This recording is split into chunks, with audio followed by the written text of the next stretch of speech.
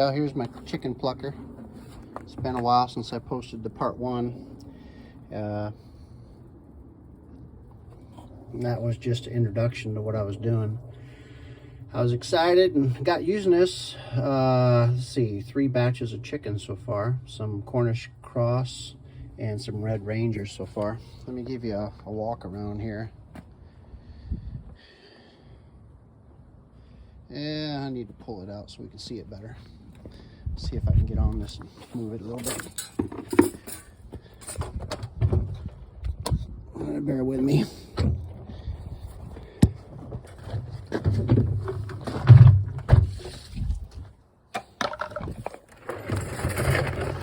Okay, that's better. We've got a pulley of, I believe it's a 16-inch if I recall. Yeah, 16-inch, what it says down there. That was a little difficult to find. Well, because I wasn't looking the right place. If you know where to look, you're fine. But I went to Rural King, found that. I couldn't find one on Amazon. I had to go to a farm store. It's a solid, I think that was about $30 if I recall. 2 pillow block bearings. And a 1-inch solid shaft stainless that I had. You don't need a 1-inch, you could go something smaller, 5/8 probably. Up off the ground a few, maybe 3.5, 4 inches, the pulley is. Okay, it's just 2x4 framed, like you see everybody else doing mostly, for the most part. Nothing special. Cut about 1/3 of the barrel down. Depending on what kind of barrel you go, I just use this as a guide, the rib. And it seems to be a good depth. I have no problem with the birds. I do too. I've even done 3. I don't like doing 3 at a time, but 2 at a time's good. The plate, I made this plate. It's 2 stop signs, 24-inch stop signs. You see the red here? You can see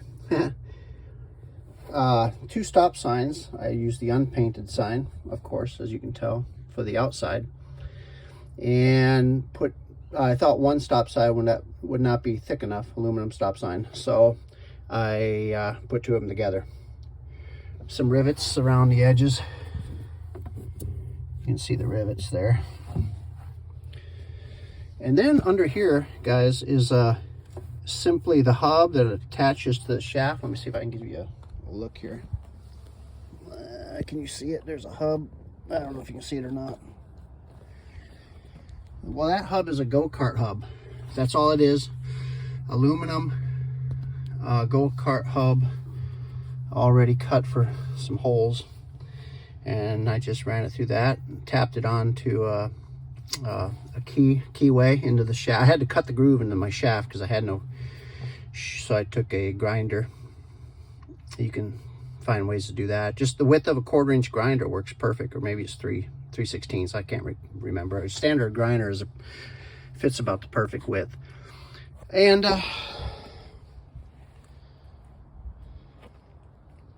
it's a 3/4-inch motor I had laying around. The thing, and all I did, guys, you can do tension pulleys, but all I did was put it on a hinge. I will say my fault here, and I'll tell you my fault in a minute. Hinge, a couple hinges I welded up together. The only thing is, this metal over here is too thin. So when I put tension in, that's my idea, was just to hinge it open and put a block in there or something, you know, to draw the belt. It works okay, except for this metal here is too flimsy. So it's, you can see the angle the motor's sitting at right now. It's not ideal. So what I did was jam the block in further underneath to kind of square it up, but it's not good. I need to take it apart and use some heavier steel here.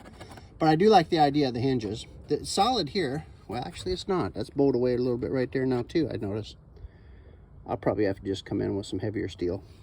I still like the idea rather than doing a pulley. You can do a spring pulley down low. I've seen people do that, which is fine, I guess. This way I get to decide what my tension is, though, with the block, how far I wedge the block in. You know, with a 16-inch pulley and two and a half inch down here. Wait a minute. Yeah, I think it's a 2.5. And a 1750, I believe, RPM motor. I'm getting around 280 revolutions per minute, which they say, according to, what is it, the name of the chicken plucker? Whiz, they say around 270 to 300, I think, is where you want to go ideally. So I've fallen in range. I can't think of anything different that I do to make it better as far as the speed or the fingers, anything like that. Some people have asked if there's a pattern to doing this, if you're punching your own holes. I couldn't find one. I do know that you can count. They do tell you how many is in each row. What I did, and it's not perfect. You see here, this distance isn't perfect like this distance, but it's not critical, okay? But you do need 1, 2, 3, 4 rows. 1, 2, 3, 4, okay? 1, 2, 4, 4 going out, four circles. And just count how many you're gonna put in. Okay, they'll tell you how many to put in the inside, and then next, and the next, and then the inner. Count those and just divide it. Okay, it'll take, it's tedious. You got to chalk it off. I just marked it off. In fact, you can still see my lines with a magic marker. See there? Yeah, it's coming off if I rub them. And I've done 3 batches of chickens, so yeah, you can find all the information as far as numbers. I'm not going to count it for you here, but you can find the as far as how many fingers is ideal.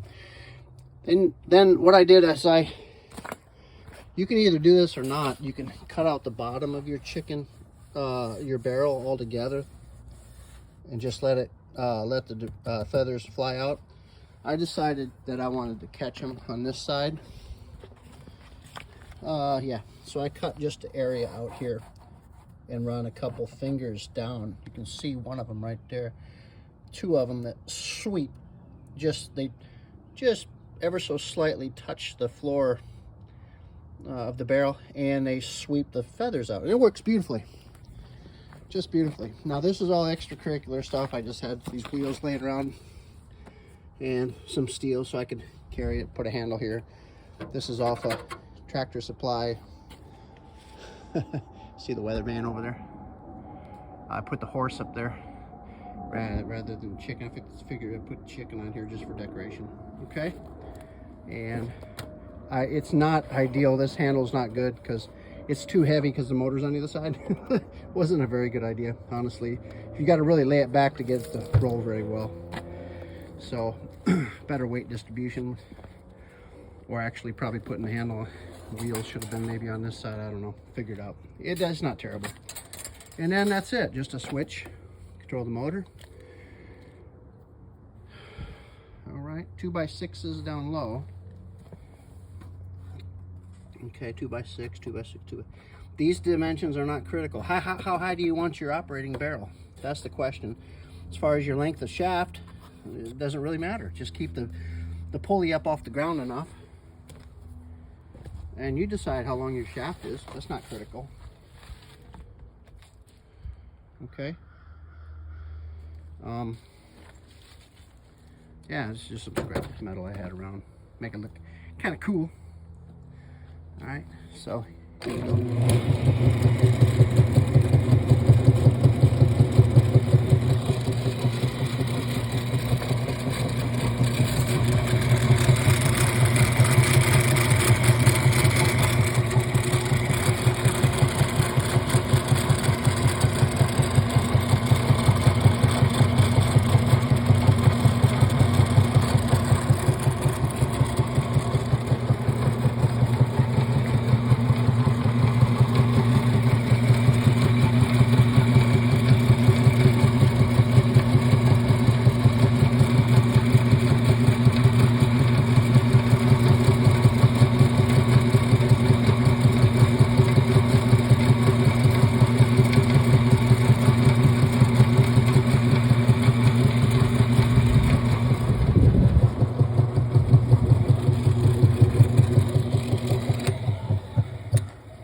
Let me add, go ahead and take your time in centering that very center hole through the barrel.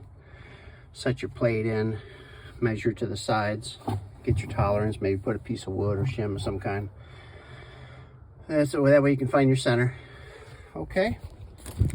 Well, I just wanted to share this with you. I don't remember how many chicken fingers. Whatever Whiz Bang used, that's pretty much what I went with.